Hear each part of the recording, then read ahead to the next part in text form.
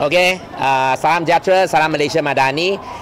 Pertama sekali, terima kasih kepada rakan-rakan media yang telah pun datang untuk meliputi program Teater Bahasa Melayu Sekolah Jenis Kebangsaan Cina Kebangsaan 2025.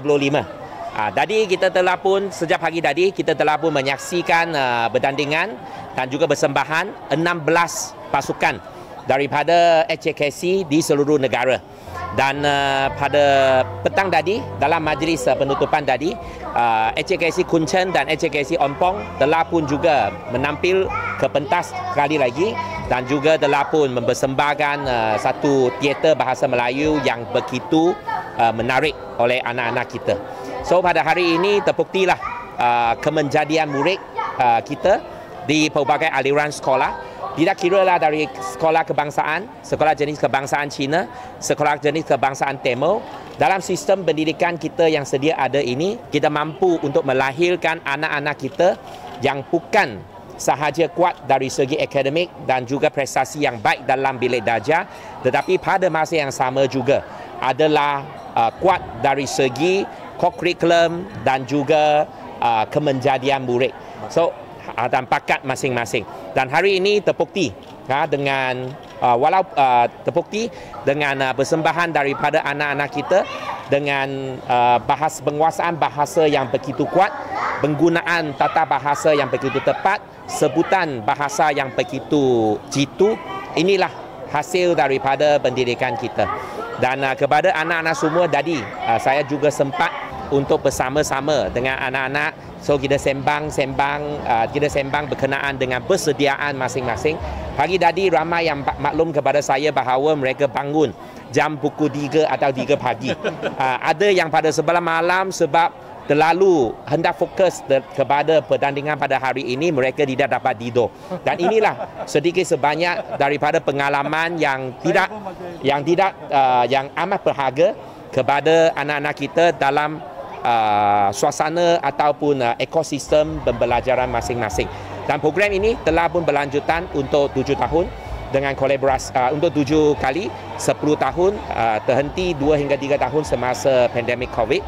Dan saya juga bagi pihak Kementerian Pendidikan Malaysia mengucapkan setinggi-tinggi penghargaan kepada Kementerian Perpaduan, Kementerian Motek dan juga Persatuan Kebudayaan Han Malaysia dan JKKN yang telah pun membantu kita dalam menjayakan program yang amat bermakna ini. Tadi saya ada sebut bahawa pada hari semalam sahaja, satu program yang kita namakan PETAH PETAH 2025 telah berlangsung untuk 3 hari di PICC Putrajaya International Convention Centre, yang mana ia melibatkan debat bahasa Melayu, Piala Menteri, juga melibatkan persembahan berirama, melibatkan persembahan choir, melibatkan bertandingan dari segi choral speaking. So, berfokuskan kepada bahasa Melayu dan juga bahasa Inggeris. Dan pada hari semalam memang kami boleh nampak persembahan dan juga prestasi anak-anak yang begitu menarik. Hari ini, peserta-peserta semua 100% dari HKC, dan tadi kita juga nampak ada sekolah-sekolah yang mana ada anak-anak India, anak-anak Melayu, ada juga seorang anak Iban turut berserta dengan kita. Tadi Dr. Azami, beliau adalah asal dari Sarawak, beliau cakap bahasa Iban dengan budak tu. So ini merupakan sesuatu kekuatan. So bagi saya, kepelbagaian gaul, kepelbagaian budaya dan kepelbagaian bahasa merupakan kekuatan bagi negara kita untuk melangkah ke hadapan. Ramai yang mungkin kata bahawa apabila kita ada bahasa yang berbeza, agama yang berbeza, kaum yang berbeza, kita tidak dapat bersatu padu. Itu tidak betul. Kerana saya amat yakin bahawa di bawah bendera Malaysia Madani, di bawah pendidikan yang sekarang, kita cuba untuk membuat reformasi pendidikan untuk memastikan setiap anak-anak itu yang dibangunkan, yang dididikkan itu mampu menjadi pimpinan pada masa hadapan ini.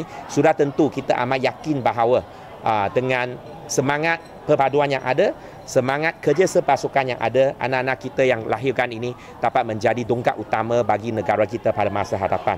Kepelbagaian agama, bahasa dan juga bangsa sememangnya merupakan kekuatan kepada kita.